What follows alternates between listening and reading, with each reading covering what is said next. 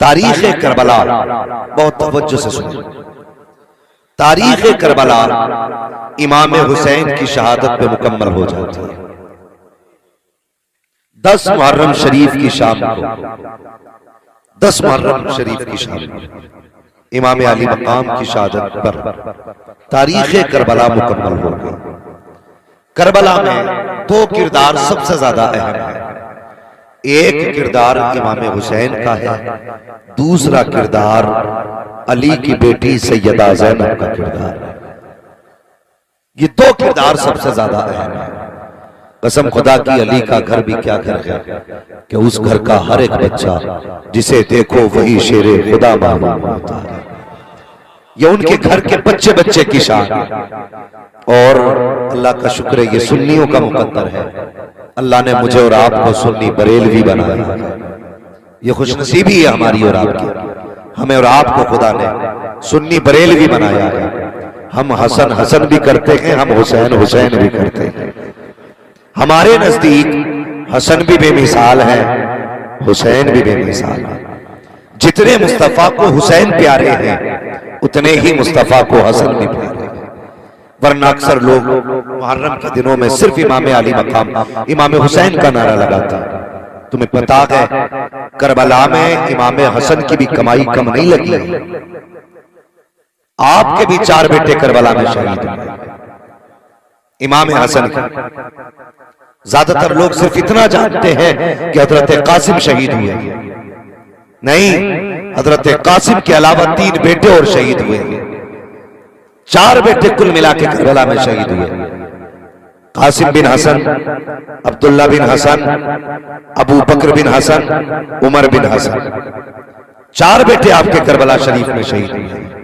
हमारे नजदीक हसन भी शान वाले, हमारे नजदीक हुसैन भी शान वाले। तो करबला में सबसे ज्यादा अहम किरदार इमाम हुसैन का है। और इमाम हुसैन मुहर्रम की 10 तारीख को शहीद हुए। जानते हो सैयदा ज़ैनब कौन है? सैयदा ज़ैनब वो हैं जिन्होंने आंख खोली तो गोद फातिमा ज़हरा की पाई है। और सबसे पहले हजरत ज़ैनब के मुंह में मुस्तफा का लुआब डाला गया और परवरिश हजरत अली ने की है। अब जरा सोचें कितनी शान वाली बेटी होगी ज़ैनब, जिसकी माँ फातिमा हो, बाबा अली हो, नाना मुस्तफा हो, भाई हसन हुसैन हो। कितनी शान वाली ज़ैनब होगी। आपकी शान ये है, तारीख में आता है कि सैयदा ज़ैनब की वो जात है कि आपने 7 साल की उम्र में कुरान पूरा मुकम्मल हिफ्ज कर लिया था। सैयदा ज़ैनब 7 साल की उम्र शरीफ में पूरा कुरान हिफ्ज मुकम्मल किया। और जानते हो मदीना शरीफ से करबला तक हुसैन के शाना बशाना चला। हुसैन के शाना बशाना आपने करबला सुना होगा, कई बार सुना होगा, लेकिन कभी सैयदा ज़ैनब को करीब से नहीं देखा। कौन है ज़ैनब? जरा दिल थाम के सुनना, मैं बताने लगा हूं कौन है ज़ैनब। जब करबला की शहादतें होती रही, यके बाद दीगरे लाशें इमाम उठा के लाते रहे, आखिर में कुछ लोग रह गए खानदान अहले बैत से। कुछ लोग मेरे इमाम अपने खेमे में सर झुका के बैठे और सैयदा ज़ैनब इमाम अली मकाम की बहन लगती है। क्या लगती है?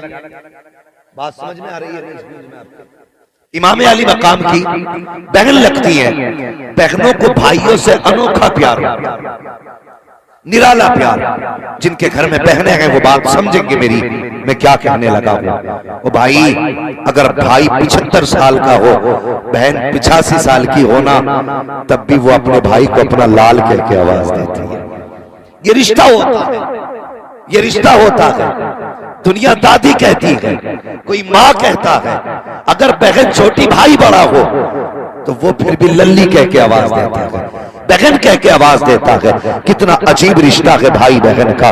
अल्लाह अकबर। इमाम खेमे में बैठे हैं, सैयदा ज़ैनब के जहन में ख्याल आया, ज़ैनब हुसैन अकेले हैं, अकेले खेमे में बैठे हैं, आज कोई हुसैन को तसल्ली देने वाला भी नहीं है, चलो ज़ैनब खेमे में चलते हैं। जिस वक्त सैयदा ज़ैनब इमाम के खेमे में आई है, मेरे इमाम सर झुका के बैठे हैं। अजीब मंजर था। सैयदा ज़ैनब ने हुसैन का चेहरा देखा, कहती है भैया। कहा जी। का मुझे हुजूर की एक हदीस याद आ रही है। का बहन कौन सी हदीस? का नाना ने फरमाया था अगर मुसीबतें आ जाएं तो सदका दिया करो, मुसीबतें टल जाया करती हैं। आज मैं देख रही हूं कि मेरे हुसैन के ऊपर इतनी बड़ी मुसीबत आ गई है, अगर इजाजत दें तो बहन सदका देना चाहती है। मेरे इमाम ने इतना सुना, बहन का चेहरा देखा, फरमाने लगे ज़ैनब सदका क्या करोगी? जो कुछ सदका करना था वो तो मदीने में रह गया है, अब तो कुछ है भी नहीं, क्या सदका करोगी? सैयदा ज़ैनब ने कहा था हुसैन जात जितनी बड़ी होती है सदका उतना बड़ा दिया जाता है। का कहना क्या चाहती हो? कहा हुसैन ज़ैनब ये चाहती है अगर आपकी मर्जी हो तो आपकी जात पर हुसैन दौलत कुर्बान नहीं करेगी, हीरे जवाहरात नहीं। अगर तेरी मर्जी हो तो हुसैन तेरे नाम पर बहन अपने दोनों बेटों को कुर्बान करना चाहती है।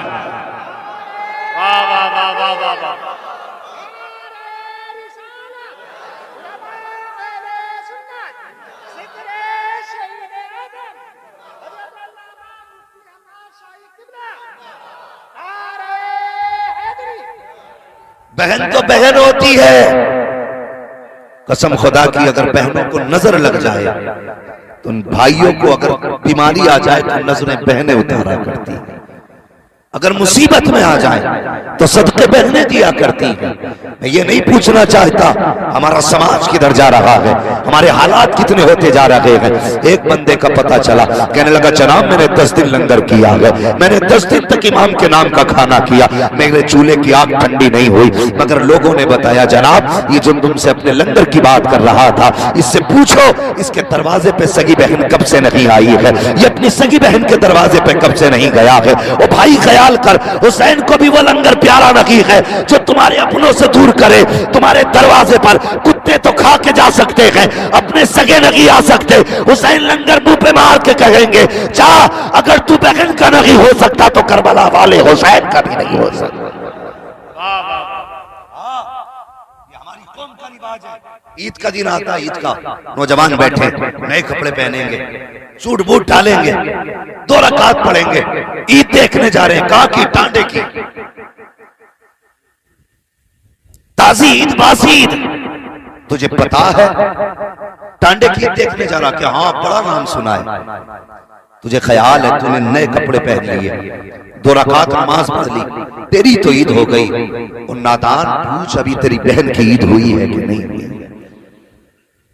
तेरी जिम्मेदारी ये नहीं कि तू नए कपड़े पहन के मेलों में तमाशे देखने जाए, तेरी जिम्मेदारी ये भी नहीं थी तू 2 रकात पढ़ने के बाद नचलियों के जाके नाच देखे। अगर तू मुस्तफा का सच्चा गुलाम था, अगर पक्का हुसैनी था, तेरी जिम्मेदारी ये थी कि 2 रकात नमाज पढ़ता, मेले न जाता, बहन के दरवाजे चला जाता। खुदा की कसम बहन भी राजी हो जाती, मदीने वाला मुस्तफा भी राजी हो जाता। नारे तकबीर, नारे रिसालत, मसलके आला हजरत, जिक्र इमाम हुसैन। हालात बिगड़ते जा रहे हैं, तलाकों पे तलाकें, मुसीबत पे मुसीबतें। हम नारे खूब लगाते हैं, जलसे खूब कर लेते हैं, लंगर भी लंबे होते हैं, लेकिन बताओ किरदार हुसैनी कहाँ है? बहन तो बहन हुआ करती है। कसम खुदा की कैसा जिक्र सैयदा ज़ैनब का है। कहती भाई इजाजत हो तो मैं दौलत नहीं लुटाऊंगी तेरे नाम के सदक़े पे, हीरे जवाहरात खर्च नहीं करूंगी, अगर तुम कहो तो मैं अपने बेटों को तुम्हारे नाम पे सदका करना चाहती हूँ। अल्लाह अकबर। देखो तो सही ये किरदार है करबला में सैयदा ज़ैनब का।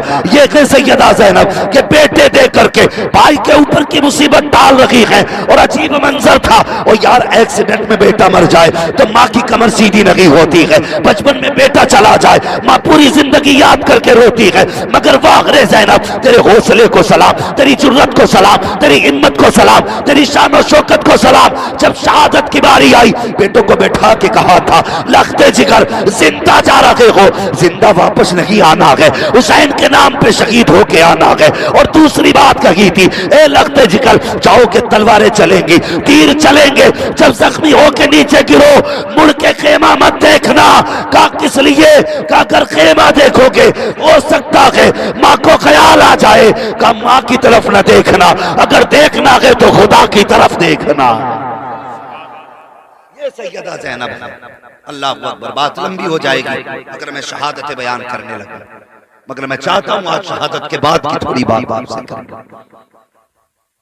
शहादत के बाद की थोड़ी नारे तकबीर, नारे रिसालत, उलमाए अहले सुन्नत, मसलके आला हजरत, जिक्र इमाम हुसैन, जिक्र इमाम हुसैन, नारे तकबीर, नारे रिसालत। तवज्जो है, तवज्जो है। अल्लाहु अकबर। बात लंबी हो जाएगी। ये सैयदा ज़ैनब है, ये है सैयदा ज़ैनब। करबला की आप तारीख पढ़िए। एक अपना बच्चा एक्सीडेंट हो जाए, खून बह जाए, तो मां हाथ नहीं लगा सकती, बाप पीछे हट जाता है, नहीं हिम्मत नहीं होती लाल को उठाने की। मगर देख, जब वो वक्त आया, करबला की शाम, 10वीं मुहर्रम की शाम आई, सैयदा ज़ैनब ने एक एक लाश को उठा के इकट्ठा किया। एक एक लाश। औरत की मुर्गी को बिल्ली ले जाए तो औरत को हार्ट अटैक, कबूतर पकड़ ले बिल्ली, औरत को हार्ट अटैक, मगर ज़ैनब तेरे हौसले को सलाम। एक एक लाश उठा के इकट्ठा की, एक एक लाश उठा के इकट्ठा कर रखी है, और एक जगह रखने के बाद सैयदा ज़ैनब ने खंजर संभाला, और संभालने के बाद बैठ गई।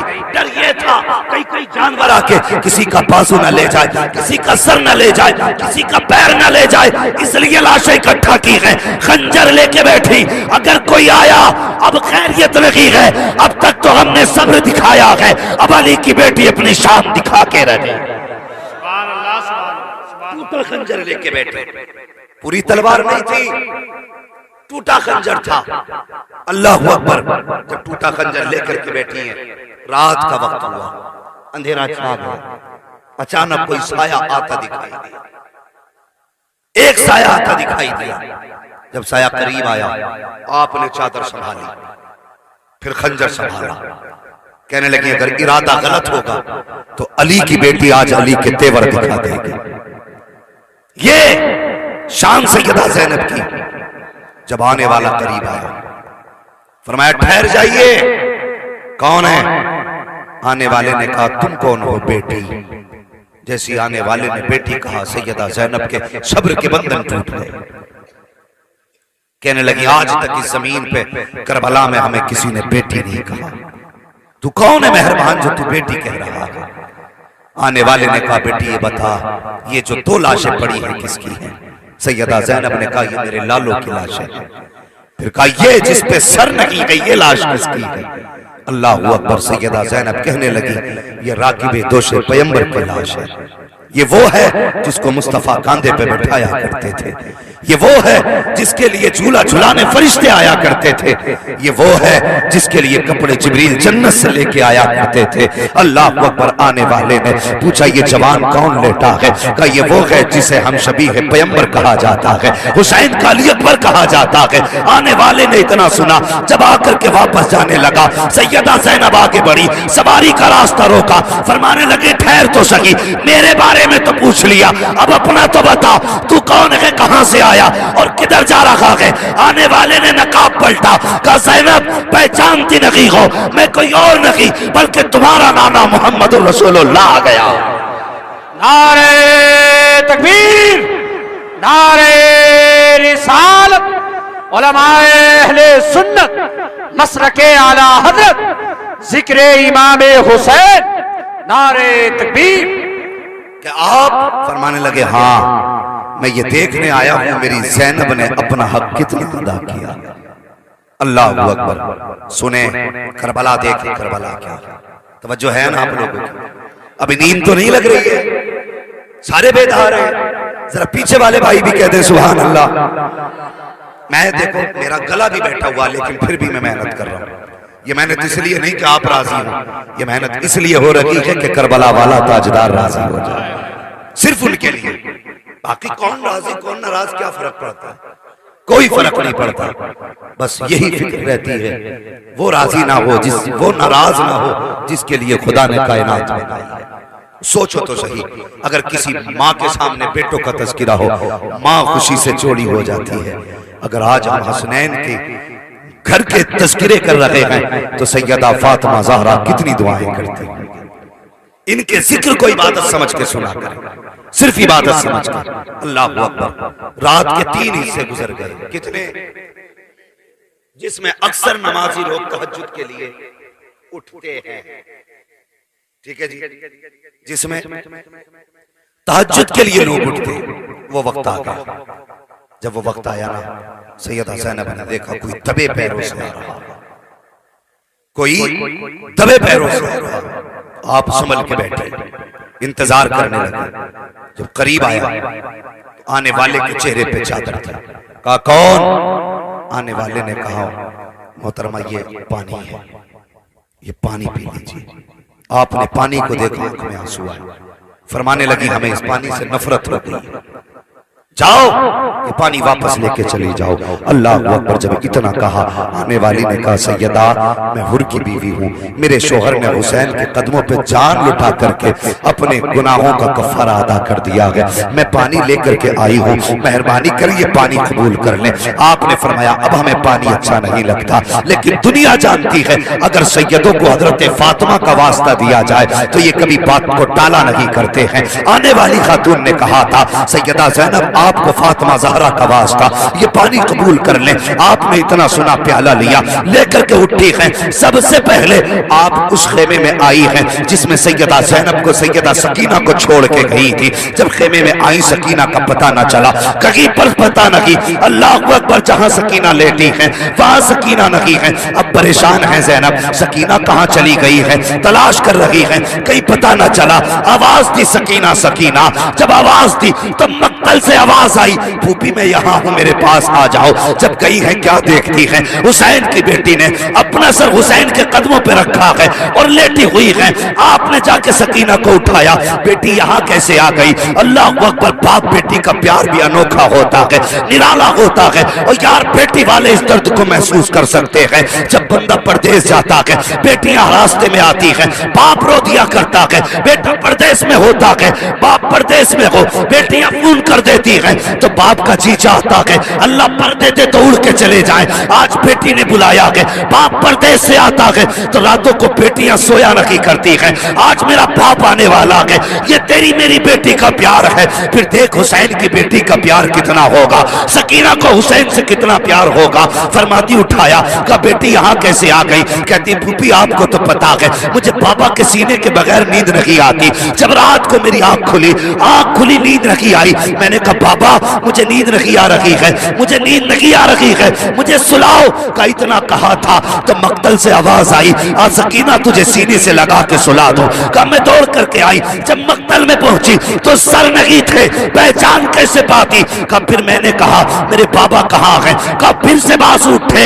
जब बाजू उठे मुझे पता चल गया यही मेरे बाबा हुसैन है। का सीने पे सर रख के सोने वाली सकीना आज पैरों में क्यों लेटी है? का मैं भी सीने पे सोना चाहती थी, लेकिन जख्म इतने थे सीने पे कि सर रखने जगह न थी। घोड़ों के पैरों से रोंदा गया था लाशा।